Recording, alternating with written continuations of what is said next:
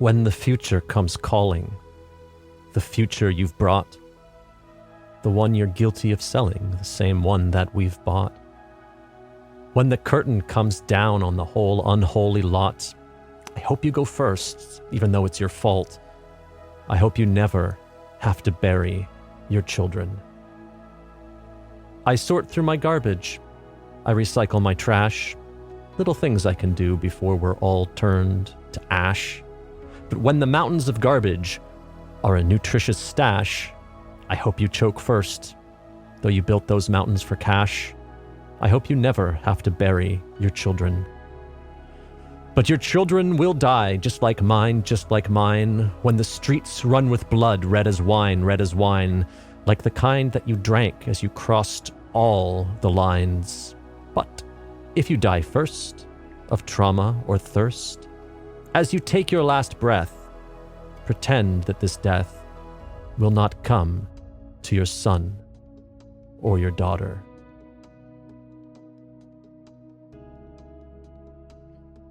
Okay, and on that cheery note, welcome to my Art Update podcast number 3.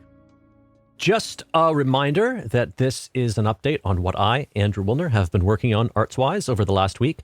If you're new to this and you haven't kept up with me, I advise you to listen to episode 1 where I bring you up to date on the last 20 years. Also, this podcast is intended for people who know me. If you don't, you can stick around, but it may not be of great interest to you. So, this week's update. The poem that I read at the start there is not new. I wrote the first version in 2019, but I was inspired this weekend to do a little revising. I don't think it's quite done yet. I think it needs more middle. Maybe more work on the phrasing. I haven't done a lot of poetry in the last decade or so. My 2010 play, 39, was kind of a poem play, not verse though. But since then, I really haven't felt the kick.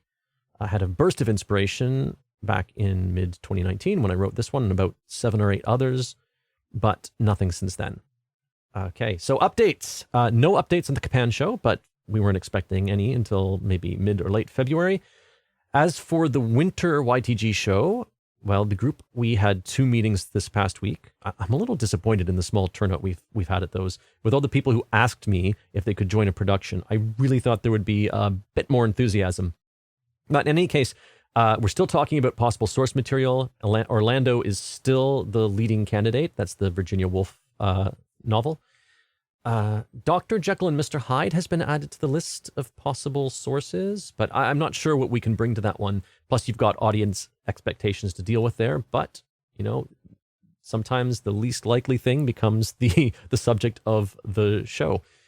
I just finished the Orlando audiobook this week, and I think there's a lot of potential there. Themes include sexual politics, transsexuality and gender fluidity, aging, immortality, and yeah, a whole bunch more. There are also some lovely images, although we've got the problem of there being a film version, and the film version has created some iconic versions of these images already. So we'd have to find other angles or points of view on those. After Orlando, I would say that the next leading candidate is Frankenstein. Again, we've got audience expectation issue here, but there's, I think, more to get one's teeth into in Frankenstein than Jekyll and Hyde. And we started digging into the Lovecraft poems that I think I mentioned last time. I read one out loud to the group, and there's definitely some potential there. Although we're dealing more with like image and mood and themes as opposed to story, obviously, if we're doing like using a bunch of poems as our source. I gave a few reading suggestions to everyone, Call of Cthulhu, Mountains of Madness, for instance, so that the others could get into the mythos a little bit before we talk again. Our next meeting is on this Wednesday in 2 days, so I should have more for you in next week's update. Another update, this morning, I hauled the Dell All-in-One donated to YTG by good friend and board member John Matthews back to the World Peace Theater. My friend Harry gave me a lift, and I was able to take it in because that thing weighs a lot. And the last time I carried it on the train for Nerd Night, I threw out my shoulder. Anyway, it was at my house because I brought it home to crack it open and install some upgrades, also courtesy of John Matthews. So hopefully now it has enough oomph to drive the kind of video projection, multimedia projection mapping, etc. stuff that I want to try with it. I'm hoping I can make some time this spring between the March show and the summer show to experiment with it and create some cool stuff, but we'll see.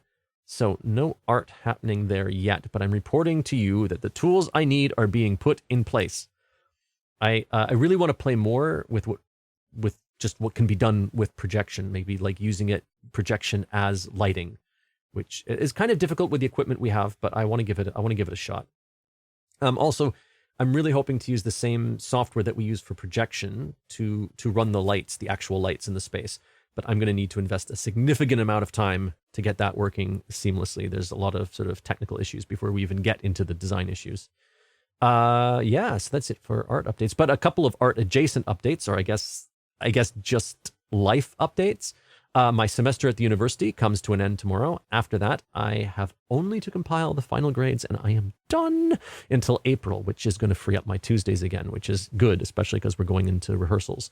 Oh, and my God, I've stupidly had my arm twisted into becoming the treasurer for the teachers union. It doesn't sound like a whole lot of work, at least not compared to doing the accounting for YTG and for my freelance business, but here I am overcommitting myself again. On the other hand, I kind of do want a gig at another school, maybe something that's closer, just to sort of bump up the old income. And, you know, those gigs sometimes happen through the grapevine, so I'm now a grape, I guess. I guess that's how it works. Anyway, that's it for updates. So I'm going to wrap up here, but in terms of release times for this podcast, I just want to wrap up with this, actually. I'm going to aim for an early weekday. So yeah, because I do freelance, it's going to vary a bit. I don't know if I'll be, I don't want to commit to like Mondays because I barely got this done today, and only because I had time on Saturday to do some of the write-up. But I am going to aim to do a release for the next update every week on either Monday, Tuesday, or Wednesday. So the best way for you to get the new release is to subscribe through your podcast player. Just search the title, Andrew's Art Updates Podcast Thingy, or the first 3 words will probably do. I should be on most platforms. Let me know if you can't find the podcast on the one that you like, and I will figure out how to get it there. So yeah, that's it. This is lovely. It's this personal podcast I'm making. This isn't public, so I don't have to tell you to like give the podcast a rating or anything, or tell all your friends about it. Don't tell your friends about it. Don't give it a rating. Just tune in if you want to hear about art updates and want to be part of keeping me honest in my life in art. Okay, that's it. Enjoy your week. Bye-bye.